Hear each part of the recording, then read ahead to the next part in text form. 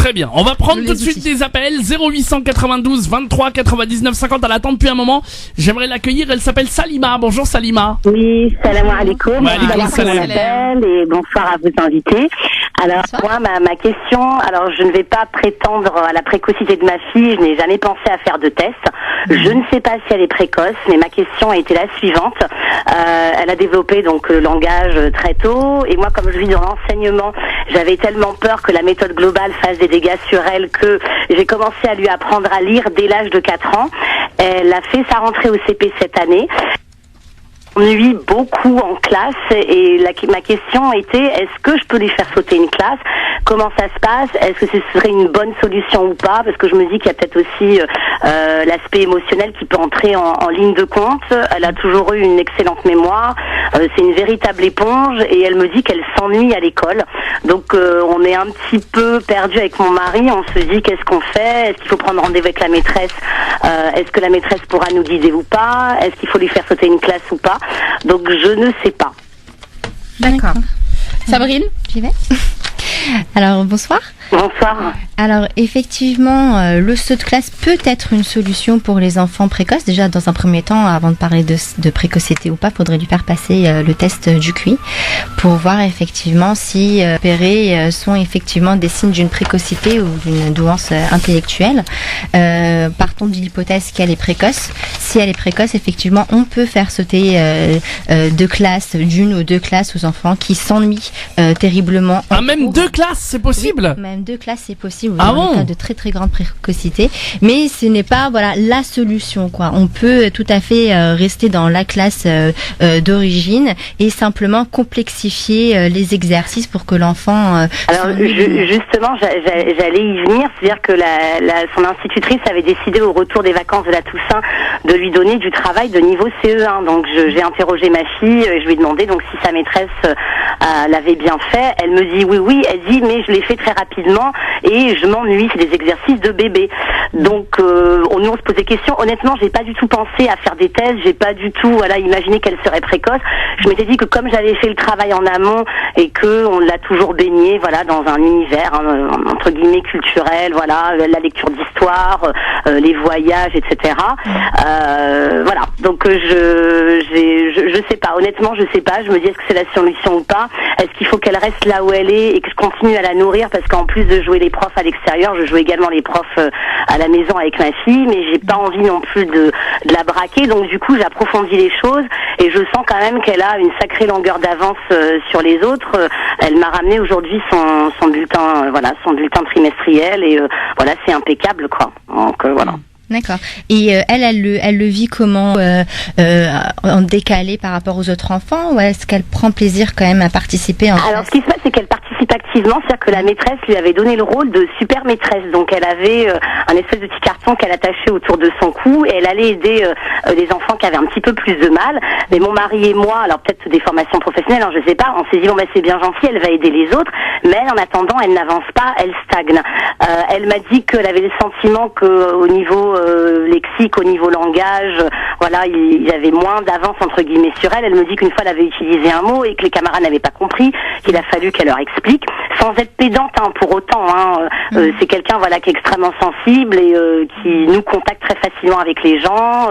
Elle n'est pas du tout hyperactive, elle est extrêmement concentrée à l'école. Donc du coup à la maison, elle a tendance un peu à se lâcher, être un peu faux-folle parce qu'il y a cette concentration toute la journée à l'école. Donc elle, quand je lui ai parlé d'éventuellement sauter une classe, c'était le cas, elle n'a pas du tout rechigné à le faire. Elle m'a juste dit qu'elle voulait emmener sa camarade avec elle. Est-ce qu'elle aime lire? Elle adore lire parce qu'en fait on a commencé super tôt. Elle adore la lecture. Son père lui a même téléchargé sur sa liseuse un bouquin qu'elle lit. D'accord. Est-ce qu'elle dialogue facilement avec les adultes? Oui, c'est assez impressionnant. Il y a des questions qu'elle nous pose. Je trouve que c'est plutôt philosophico-existentiel. Est-ce qu'elle est très sensible à l'injustice? Exactement, c'est assez impressionnant. Elle ne supporte pas l'injustice, elle ne supporte pas les moqueries. Ça c'est assez flagrant. Est-ce qu'elle aime les jeux plutôt compliqués, type échec, mastermind? Alors les puzzles qu'elle fait sont des puzzles de niveau 8-10 ans et elle les fait assez rapidement aussi. Alors je ne sais pas si c'est lié au fait qu'on avait commencé très tôt. Pareil, moi je me suis pas interrogée. Hein. On a commencé assez tôt les puzzles, voilà, avec les gros puzzles, les grosses pièces, et petit à petit, on a accru les choses au niveau difficulté, et elle les fait, elle reste assez concentrée, ouais. D'accord. Est-ce qu'elle a des camarades qui sont un peu plus âgés qu'elle? C'est étrange, oui, c'est bizarre, vous me posez la question. Elle s'est liée d'amitié avec une fille qui a 2 ou 3 ans de plus qu'elle, et qui en plus est en classe Ulysse, puisque ce sont des classes avec enfants à profil particulier, si je puis dire. Mais sinon, elle reste. Alors, en revanche, parfois, je la vois aussi jouer avec des enfants qui sont plus jeunes qu'elle. Voilà, elle se lie facilement d'amitié avec des enfants qui peuvent avoir 5 ans, 4 ans, voire 3 ans. Alors, mes questions n'étaient pas anodines. Je vous ai fait passer un petit inventaire en direct. D'accord. Donc là, vous avez répondu à l'inventaire d'identification de Jean-Charles Terrassier qui permet de prédiagnostiquer la douance. Votre enfant rentre largement dans le cadre. Donc, à mon avis, vous devriez lui faire passer un quotient intellectuel parce que là, elle paraît, elle a un score important à l'inventaire. D'accord. Donc, Et une fois qu'elle fera ça, je me tourne vers vous, je prends rendez-vous avec vous. Vous prenez rendez-vous avec Sabrine, parce qu'elle vous fera passer le quotient intellectuel, puisque c'est elle qui est spécialisée dans la douance. Maintenant, si votre enfant présente un mal-être ou a des difficultés à vivre sa précocité, oui, vous pouvez l'orienter vers une psychologue. Passer les preuves de QI, on prend aussi tous les indices au niveau qualitatif sur son comportement durant le test.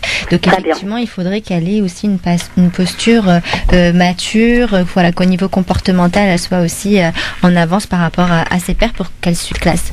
Donc le but, c'est pas qu'elle soit exactement. Ouais, voilà. En fait, c'était mon inquiétude. Moi, j'avais peur qu'il n'y ait pas, d'un point de vue émotionnel, la maturité, parce qu'elle est née, elle est née vers la fin de l'année. Elle a eu ses 6 ans fin août. Donc voilà, c'est toutes ces questions. Voilà. Mais Sabrine, si je peux me permettre, de toute façon, ça fait partie du tableau clinique de la douance, l'hypersensibilité. De toute façon. L'hypersensibilité, voilà, c'est une chose, mais il faut pas oublier que il y a un décalage entre le comportement et le fonctionnement intellectuel. Donc là, prenons l'exemple, voilà, d'un enfant surdoué âgé de 10 ans, il peut avoir un fonctionnement intellectuel d'un enfant de 13 ans, mais il va garder quand même un comportement, voilà, des centres d'intérêt d'un enfant de 10 ans. C'est ce qu'on appelle les dysynchronies. Exactement. Et le décalage qu'il y aura entre les deux peut provoquer du coup un mal-être au sein d'une classe, voilà. Mais par nature, de toute façon, l'enfant qui présente une douance il faut faire attention a tendance à être dans le retrait. Voilà, a tendance à être dans le retrait, et donc pour éviter. Éviter d'exacerber ça. J'en profite pour vous poser la question parce que je n'ai pas la réponse. Est-ce qu'il existe des collèges ou des écoles spécialisées? Alors, quelques-unes, oui. Alors justement, en fait, demain avec mon mari, on a prévu de rencontrer l'institutrice, et je sais que dans l'établissement dans lequel elle est, lorsque les parents demandent à faire sauter une classe, il semblerait qu'ils doivent au préalable rencontrer la psychologue de l'école. Donc je sais pas s'il faut qu'on fasse ça, aussi qu'il faut qu'on passe directement par Sabrine pour faire les tests et pour en avoir le cœur net. Il faut faire les deux, parce que de toute façon, je travaille avec les psychologues scolaires de l'école. Donc moi, quand je fais des bilans, voilà, je me mets en contact avec l'enseignant et le psychologue scolaire, voilà, de l'établissement d'origine, pour voilà, leur transmettre mes données et mes impressions, pour qu'on puisse ensuite faire une réunion d'équipe pédagogique au sein de l'établissement et décider tous ensemble dans réunion pluridisciplinaire de la décision qu'on prendra tous ensemble. Donc de toute façon, voilà, il y aura les deux personnes à contacter, donc le psychologue. Alors Sabrina, rappelez-nous votre, pardonnez-moi, votre Facebook pour qu'on puisse vous Est-ce qu'on peut retrouver. avoir un numéro? Est-ce que je peux avoir un numéro, vous joindre directement ou... Voilà, donnez le numéro de téléphone à l'antenne, Sabrina, si vous voulez. Alors c'est le 06 16 13 20 74. Alors plus lentement, parce que là, malheureusement, Sabrine, C'est trop personne ne va rapide. vous écouter. Oui, tout à fait. 06 13 06 16 13 22 74. 22 74. Et ma dernière question, c'était est-ce que le fait qu'elle ait appris, parce que j'ai vraiment pris mon temps, quoi, j'avais commencé par la bonne vieille méthode syllabique avec de bons vieux bouquins dès l'âge de 4 ans, est-ce que le fait qu'elle ait absorbé très facilement, voilà, toutes les lettres, tous les sons, toutes les syllabes, sachant que ça a pris du temps en fait, hein, j'ai, voilà, la 2e année de maternelle, 3e année de maternelle, et on s'est rendu compte en fait qu'en dernière année de maternelle ça s'accélérait et qu'elle était capable de lire de façon très très fluide. Et vous trouvez que ça a pris du temps? Ou pas du tout? Dernière année de maternelle, vous trouvez que ça a pris du temps? Pardon? Vous trouvez que ça a pris du temps, dernière année de maternelle? Vous m'auriez dit CE1, je vous aurais dit bon. Effectivement. Alors, je voulais pas être présomptueuse parce que je sais que parfois, voilà, moi je le vois dans le cadre de mon travail. Rapidement, parce qu'on va prendre d'autres. Que leurs enfants sont des génies. Enfin, voilà, je voulais pas, voilà, je voulais pas être présomptueuse et y aller à tâtons et être sûre de moi. Hein, voilà. Alors, elle vous répond, Sabrine. Alors, allez-y. Effectivement, vous l'avez stimulé, donc ça a forcément accéléré les processus d'apprentissage, mais il y avait deux bases de toute façon.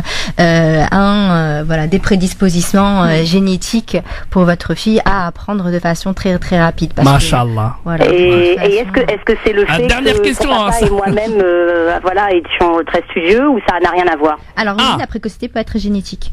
Un parent Est-ce que c'est plus la maman ou le papa? Alors on peut pas savoir. En fait, c'est que c'est les deux. En fait, on va dire qu'on a deux formes d'intelligence entre guillemets différentes. Oui. Mais moi, l'école, voilà, j'adorais ça. Puis je suis restée dans l'enseignement. J'ai un mari par contre qui est beaucoup plus cartésien que moi et qui est plus dans le marketing, mais qui est très, voilà, enfin qui a une façon de réfléchir. Et moi, c'est plutôt intelligence interpersonnelle. Je marche au feeling aussi. Donc c'est plus le quotient émotionnel chez moi aussi qui marche. Enfin, l'instinct m'a toujours aidé et dans le cadre de mon travail, ça m'aide aussi. Bien, écoutez, voilà, ça vient, c'est génétique, donc voilà, vous avez transmis tout ça. Samira, on vous remercie, Salima, pardon, on vous remercie beaucoup de votre appel en tout cas. Et puis merci pour tous vos conseils, merci. À bientôt, merci beaucoup. Il y a plein d'appels au standard, merci beaucoup.